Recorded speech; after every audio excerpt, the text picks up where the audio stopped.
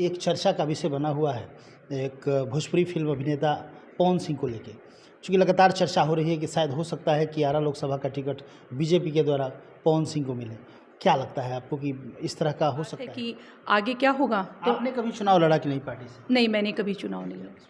देखिए, जब विचारधारा का वरिष्ठ लोगों का और वैसे लोगों का जिन्होंने अपने जीवन का योगदान दिया हो, वैसे कार्यकर्ताओं का किसी भी दल में अपमान किया जाता है और लगातार आप खुद ही कह रहे हैं कि बड़े लोग उसको छोड़ते जा रहे हैं, वरिष्ठ लोग, तो निसंदेह ऐसे दल की बात हो, ऐसे समाज की बात हो या किसी भी चीज़ की बात हो, उसका पतन होना तय है। Hi, this is Sid Vijay Jain from Jinwani Management College, Ara. We are happy to announce that we are the first private college in Ara with world-class infrastructure to provide professional courses like MBA, BBA and BCA. नमस्कार, आप देख रहे हैं समृद्धि news channel और मैं हूं अशोक तिवारी। इस वक्त हमारे साथ बात करने के लिए मौजूद है भाजपा की पूर्व प्रदेश अध्यक्ष महिला मोर्चा की रह चुकी हैं अनामिका सिंह। कैसे हैं मैम? नमस्कार। सबसे पहले मैं समृद्धि न्यूज़ को धन्यवाद देना चाहती हूँ कि आप यहाँ आए। चलिए, बहुत बहुत धन्यवाद आपको भी। लगातार जिस तरह का देखने को मिल रहा है राजनीति में लगातार उतार चढ़ाव या जिस तरह की चर्चाएं चल रही है अभी, क्या लगता है बिहार में बीजेपी की स्थिति कैसी रहेगी? देखिए, आप और हर बुद्धिजीवी व्यक्ति ये चाहता है, जो थोड़ा भी बुद्धिजीवी है और जो विकास को पसंद करता है, वो चाहता है कि बिहार में भारतीय जनता पार्टी की सरकार बने।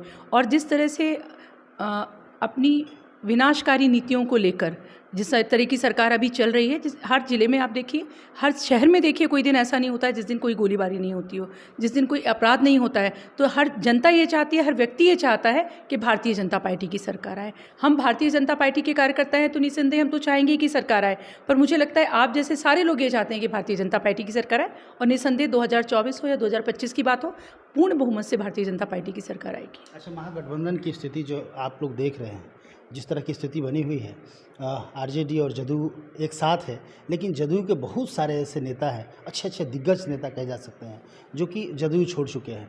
वैसी स्थिति में आपको क्या लगता है कि जदयू का स्थिति कहाँ तक जाएगा? स्थिरता रह पाएगी या फिर कहीं ना कहीं, क्योंकि बहुत सारे लोगों का मानना है कि जदयू का पतन हो जाएगा, जदयू अपने फिर से जो स्थिति है, क्या कहेंगे आप इसमें? देखिए, जब विचारधारा का वरिष्ठ लोगों का और वैसे लोगों का जिन्होंने अपने जीवन का योगदान दिया हो, वैसे कार्यकर्ताओं का किसी भी दल में अपमान किया जाता है और लगातार आप खुद ही कह रहे हैं कि बड़े लोग उसको छोड़ते जा रहे हैं, वरिष्ठ लोग, तो निसंदेह ऐसे दल की बात हो, ऐसे समाज की बात हो या किसी भी चीज़ की बात हो, उसका पतन होना तय है। जब वरिष्ठ लोगों को इग्नोर किया जाता है, उनको अपमान किया जाता है और विचारधारा को धूमिल किया जाता है, तो पतन होना तय है, उसे कोई रोक नहीं सकता। लेकिन अच्छा, ये लोकसभा का चुनाव आने वाला है, कहीं ना कहीं तमाम लोग अपनी उपस्थिति दर्ज कर रहे हैं। बहुत सारे लोगों का कहना है कि नहीं, अब की बार पार्टी टिकट हम ही को देगी। हर कोई चाहता है कि हमें, अभी जदयू से मीना सिंह भी आई है, उनको भी ऐसा है कि हमें भी टिकट मिल जाए। आर.के. सिंह का तो नाम पहले से है ही। क्या लगता है? आर.के. सिंह जी हमारे वरिष्ठ नेता हैं, वो हमारे सांसद हैं, वो एक अच्छे प्रशासनिक व्यक्ति रहे। और जहाँ मीना जी की बात है, वो भी एक बहुत अच्छी राजनेता है और भारतीय जनता पार्टी की विचारधारा से प्रेरित होकर वो हमारे साथ आई हैं। आज भी न्याय सप्ताह में अगर आप देखेंगे तो करीब 200 लोगों ने भारतीय जनता पार्टी ज्वाइन की और उसमें से 47 से 48 लोग जनप्रतिनिधि थे। आज भाजपा कार्यालय में जो कार्यक्रम रहा है, तो वैसे सारे लोगों का स्वागत है भारतीय जनता पार्टी में। और जहाँ तक कि ये बात है कि आगे क्या होगा, तो आपने कभी चुनाव लड़ा कि नहीं पार्टी से? नहीं, मैंने कभी चुनाव नहीं लड़ा। यदि आपको पार्टी ये जिम्मेवारी सौंपती है तो आप लड़ेंगे कि नहीं? निसंदेह कोई भी कार्यकर्ता जब किसी राजनीतिक दल से जुड़ता है तो वो परिणति चाहता है जनप्रतिनिधि बनने के रूप में, और जब भी पार्टी मुझ पर विश्वास जाहिर करेगी और मुझे चुनाव लड़ाएगी तो मैं चुनाव लड़ूंगी। आप प्रदेश की महिला मोर्चा की अध्यक्ष रह चुकी हैं। महिलाओं के लिए आपने क्या परेशानी आपने देखा महिलाओं से मिलने के बाद, जो कि आपको लगा कि ये तमाम चीज़ें हैं, इसका समाधान यदि हमारी सरकार होती तो हम लोग करते, या और भी बहुत से, इस पर आप क्या कहना चाहेंगे? मैंने पूरे प्रदेश में जब महिलाओं के बीच में काम किया तो जो मैंने एक चीज़ देखी कि महिलाएं बहुत ही अच्छी कार्यकर्ता होती हैं, वो बहुत अनुशासित होती हैं, वो अपनी बहुत ऊर्जा लगाती हैं, उनके पास बहुत कम संसाधन होते हैं, पर वो बहुत अच्छा काम करती हैं। पर मुझे एक पीड़ा हमेशा सालती है, और मैं उसको राजनीतिक परिप्रेक्ष्य में नहीं कहूँगी, मैं उसको सामाजिक परिप्रेक्ष्य में कहूँगी कि महिलाओं को जब हम टिकट देने की बात करते हैं, उन किसी भी दल की बात हो रही है, ये समाज की बात हो रही है, तो जब हम उन पर विश्वास नहीं जाहिर किया जाता, और उसका कारण राजनीतिक दल नहीं है, उसका कारण है हमारा समाज। क्योंकि जब एक पुरुष कहता है कि उसे चुनाव लड़ना है तो उसके साथ सैकड़ों लोग खड़े होते हैं, और जब एक महिला कहती है कि मुझे चुनाव लड़ना है तो आपके जैसे पत्रकार बंधु भी उसके साथ वैसे खड़े नहीं होते जैसे आप लोग किसी पुरुष के साथ खड़े होते हैं। तो ये एक पीड़ा मुझे हमेशा लगती है। महिलाएं ज़्यादा कमिटेड होती हैं, ज़्यादा काम को अच्छे से करना चाहती हैं, और वो बहुत कम संसाधन में चीज़ें बड़ी खड़ी कर सकती हैं, बशर्ते समाज उनके साथ। ये राजनीतिक समस्या नहीं, ये सामाजिक समस्या है। मैडम, आप ये कैसे कर सकती हैं कि यदि बात महिलाओं की होती है तो कोई पत्रकार? प्रदेश अध्यक्ष रही हूँ मैं, प्रदेश अध्यक्ष रही हूँ, मैं ये बात कह सकती हूँ।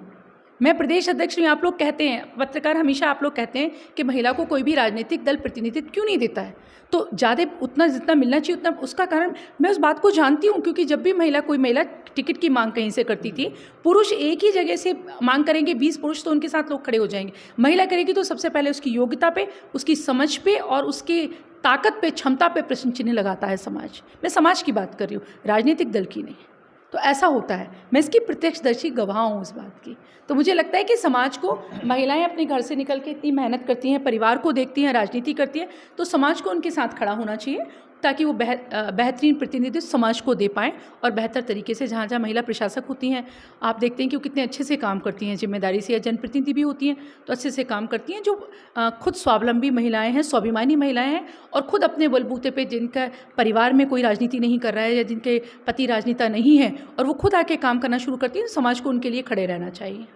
अच्छा, जानना चाहेंगे, चूँकि अभी एक चर्चा का विषय बना हुआ है एक भोजपुरी फिल्म अभिनेता पवन सिंह को लेके, चूँकि लगातार चर्चा हो रही है कि शायद हो सकता है कि आरा लोकसभा का टिकट बीजेपी के द्वारा पवन सिंह को मिले। क्या लगता है आपको कि इस तरह का हो सकता है क्या? भारतीय जनता पार्टी एक ऐसी पार्टी है जहाँ टिकट का निर्णय कोई एक व्यक्ति नहीं करता है, वहाँ सामूहिक रूप से निर्णय लिया जाता है। तो ये भविष्य के गर्भ में कि किस तरह के निर्णय होंगे। किन किन लोगों का चर्चा का विषय बना हुआ है, किन किन लोगों का चेहरा अभी तक क्लियर हो पाया है, आप कुछ बताएंगे? हमारे सांसद जी बहुत आदरणीय हैं, बहुत अच्छा काम कर रहे हैं, वो अभी वो हैं। और चर्चा का विषय तो आप पत्रकार लोग तय करते हैं, चर्चा का विषय पार्टियां तय नहीं करती, पार्टियां टिकट का मतलब निर्णय करती हैं। तो पार्टी में जो केंद्रीय नेतृत्व होता है, जिस भी व्यक्ति को, भारतीय जनता पार्टी किसी व्यक्ति की पसंद से टिकट नहीं देती है। आपको पता है कई तरह के सर्वे होते हैं, लोगों का सामूहिक जिले से लेके राष्ट्र केंद्र तक एक निर्णय लिया जाता है, राय ली जाती है, उसके बाद टिकट दिए जाते हैं। बहुत सारा चीज़ देखा जा रहा है, क्योंकि कहीं ना कहीं ग्राउंड रिपोर्ट हम लोग करते हैं तो ये सब देखने को मिलता है कि लोगों का ओपिनियन होता है कि जो धरातल से जुड़े हुए लोग हैं, वैसे लोग जो कि एक दूसरे से जुड़ के समाज का भला करना चाहते हैं या भला कर भी रहे हैं, उन लोगों को आपकी पार्टी टिकट नहीं देती है, लेकिन उड़ के कोई आता है उसको टिकट दे देती है। कहाँ से वो आते हैं? अब आरके सिंह का कोई चर्चा नहीं था, आरके सिंह यहाँ आए और उनको टिकट मिल गया। कैसे टिकट मिल गया? और जो यहाँ रात दिन जो खट रहा है, लोगों के हर दुख दर्द को समझ रहा है, उसको इग्नोर कर देती है और इसी तरह कार्यकर्ता बन के रह जाते हैं। इस पे आप क्या विचार रखना चाहिए? उसमें शायद आप भी हो सकती हैं, और भी बहुत सारे लोग हैं, बहुत सारे ऐसे चेहरे हैं जो कि बीजेपी के लिए अपना जान न्यौछावर किए रहते हैं। पार्टी की बात आती है तो पार्टी के लिए जिस तरह का वो लोग काम करते हैं, इस तरह के बहुत सारे चेहरे हैं, बहुत सारे नाम हैं, लेकिन उन लोगों को श्रेय नहीं मिलता है। जब टिकट की बारी, चाहे वो विधानसभा की बात कर लिया जाए या लोकसभा की बात कर लिया जाए, तो पार्टी उसको टिकट देती है जो पता नहीं कहाँ से आ जाते हैं, जिसका चर्चा कहीं कोई नाम नहीं सुना रहा, लेकिन उनको टिकट मिल जाता है। और इस तरह का लोकसभा में ज़्यादातर देखा जाता है। चूँकि लोकसभा का चुनाव आ रहा है तो निश्चित तौर से एक क्वेश्चन बनता है, क्या कहेंगी, आपका अनुभव क्या कहता है? देखिए, राजनीतिक जब दल होते हैं या भारतीय जनता पार्टी है, और जब हम चुनाव की बात करते हैं तो नो डाउट वैसे व्यक्ति को टिकट देने की बात होती है जो चुनाव को जीत कर लाए। और जहाँ तक आपने ये कहा कि बहुत कार्यकर्ता, भारतीय जनता पार्टी का कार्यकर्ता, मुझे लगता है कि विश्व की जितनी भी पार्टी होंगी उनमें सबसे ज़्यादा समर्पित, निष्ठावान और बहुत भावनाओं से जुड़ा हुआ कार्यकर्ता होता है। और भारतीय जनता पार्टी समय समय पे अपने कार्यकर्ताओं का सम्मान भी करती है। पर जब चुनाव में टिकट देने की बात होती है तो बहुत तरह के समीकरण होते हैं, और उन समीकरण का अंतोगत्वे जो निष्कर्ष होता है वो सीट को जीत कर निकालना होता है। और जो भी व्यक्ति आते हैं उनके बारे में एक सामूहिक निर्णय लिया जाता है, और उनकी क्षमताएँ और उनकी प्रतिभा, और वो कहीं बहुत लोकप्रिय और सफल लोग होते हैं जिन पर ये विश्वास जाहिर किया जाता है कि सीट को वो निकाल कर ले आएंगे या चुनाव जीत जाएंगे। तो वैसे लोगों को टिकट देती है कई बार पार्टी। राष्ट्र हित में कि अगर वो जीत कर आते हैं तो सरकार बनने से हमारी सारी जो नीतियां हैं हम उन्हें सफलतापूर्वक लागू कर पाएंगे। वहाँ कहीं किसी कार्यकर्ता को, क्योंकि चुनावी सीटें इतनी कम होती हैं कि हर व्यक्ति को टिकट नहीं दिया जा सकता, तो किसी भी कार्यकर्ता को अपमानित करना या उसको इग्नोर करना या उसकी अवहेलना करना पार्टी का उद्देश्य कभी नहीं होता है। अच्छा, स्टेट की बात करें, हम बिहार की बात करें तो कहीं न कहीं एक बहुत बड़ा पार्टी बन के आरजेडी, लेकिन अभी जदयू एक साथ आरजेडी के साथ जिस तरह का गठबंधन चल रहा है तो एक बहुत बड़ी पार्टी अभी कही जा सकती है। तो अभी जो लड़ाई चल रही है, क्या लगता है कि बीजेपी बड़ी पार्टी बन के बिहार में उभरेगी? ऐसा विश्वास है? ऐसा इस तरह की एक्टिविटी चल रही है, क्या कहेंगे? जो भाजपा है वो बिहार की नहीं, वो विश्व की सबसे बड़ी पार्टी है, और जब विश्व की सबसे बड़ी पार्टी है और उससे कार्यकर्ता जुड़े हुए हैं तो राजनीतिक जो हमारी विचारधारा है, हमारा जो चिंतन है वो किस तरह का है आप समझ सकते हैं। और मैं बार बार कहती हूँ कि देश की कई जगह काम किया तो मैंने लोगों को जो समझा है, बिहार के जो लोग हैं वो राजनीतिक रूप से सबसे चेतनामय लोग हैं, वो सबसे जागरूक लोग हैं, और वो किसी भी तरह के आने वाले समय में, पिछले चुनाव में भी उन्होंने बताया, वो किसी भी तरह की जाति की, पाति की और विध्वंस राजनीति करने वाले लोगों के साथ नहीं खड़े रहेंगे। मैडम, विश्व की सबसे बड़ी पार्टी जैसे आपने बताया बीजेपी को, वो बिहार में आके छोटी पार्टी कैसे बन जाती है? और कैसे, यदि बात चर्चा चलती है जब भी चुनाव में टिकट की बात होती है, तो किस तरह टिकट वितरण किए जाते हैं, किस तरह टिकट डिस्ट्रीब्यूट किए जाते हैं कि वो पार्टी छोटी बन जाती है और कहीं ना कहीं महागठबंधन भारी हो जाता है? तो विश्व की बड़ी पार्टी और बिहार में छोटी हो जाती है, तो कहीं ना कहीं आप लोग ज़्यादा इस पर बता सकते हैं कि क्या आखिर समस्या कहाँ आती है, क्यों नहीं बिहार में बीजेपी की सरकार बन पाती है, कारण क्या है?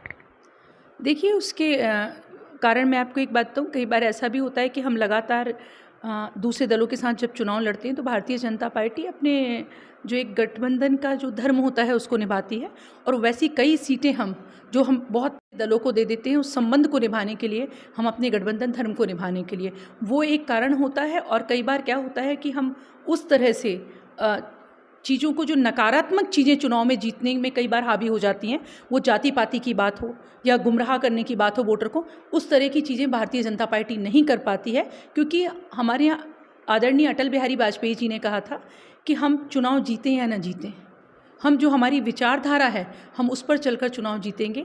तो कि आपके जैसे बुद्धिजीवी और जिम्मेदार पत्रकारों के द्वारा, बिहार की चैतन्य जनता के द्वारा भारतीय जनता पार्टी आगामी चुनाव में बिहार की सबसे बड़ी राजनीतिक पार्टी बनकर उभरेगी। चलिए, बहुत बहुत धन्यवाद आपको समय देने के लिए। बीजेपी के द्वारा पूरे देश में जो सेवा सप्ताह का कार्यक्रम जो चल रहा है, तो सेवा सप्ताह की प्रभारी है पूरे शाहाबाद की अनामिका सिंह, आज आरा आई हुई है, और ज्योतिबा फुले की जयंती है आज, और इस मौके पे आरा आई है और ख़ास बातचीत हमारी हो रही थी, आप लोगों ने सुना।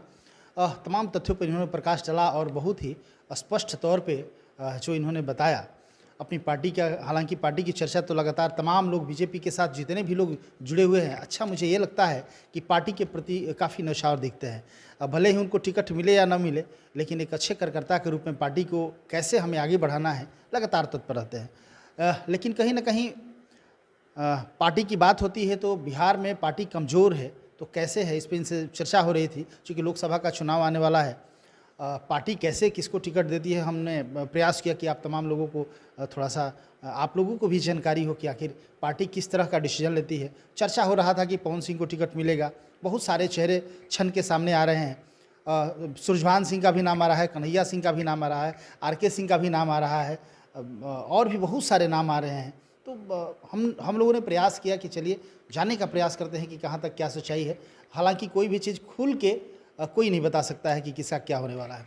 तो अनामिका सिंह एक बहुत ही भाजपा की एक बहुत ही कर्मठ कहा जा सकता है और एक अच्छी सामाजिक नेत्री हैं, और बहुत ही सुंदर तरीके से इन्होंने, जब महिला मोर्चा की पूरे प्रदेश अध्यक्ष थी तो उस समय भी इनकी तत्परता दिखती थी।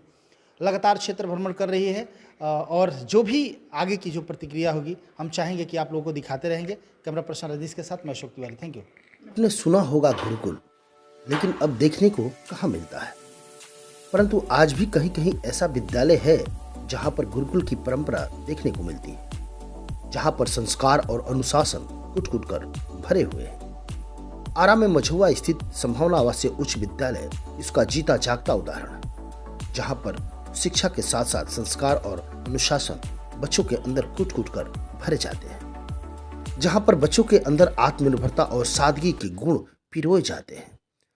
स्वच्छ वातावरण, सुंदर माहौल, अनुशासन, संस्कार और सादगी का प्रतीक संभावना आवासीय उच्च विद्यालय कुशल शिक्षकों के नेतृत्व में शिक्षा के साथ साथ extra curriculum, sports, music, arts, yoga, PT, etc.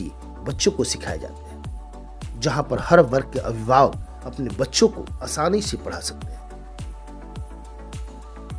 संभावना आवासीय उच्च विद्यालय, मझौआ, आरा।